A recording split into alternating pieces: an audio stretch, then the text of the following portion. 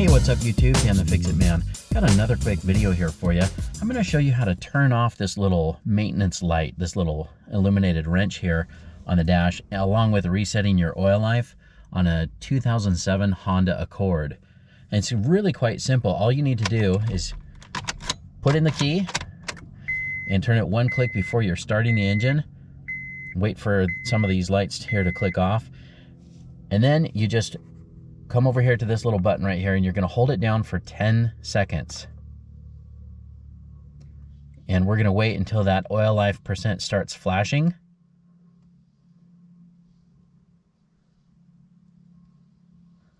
Like that. And then you can let go. And then you're going to push it again for 5 seconds.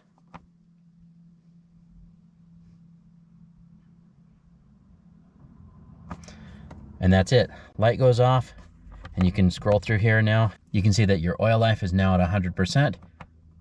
And you're good to go. Hope you liked the video. Please give it a thumbs up and subscribe if you don't mind. That does help me out.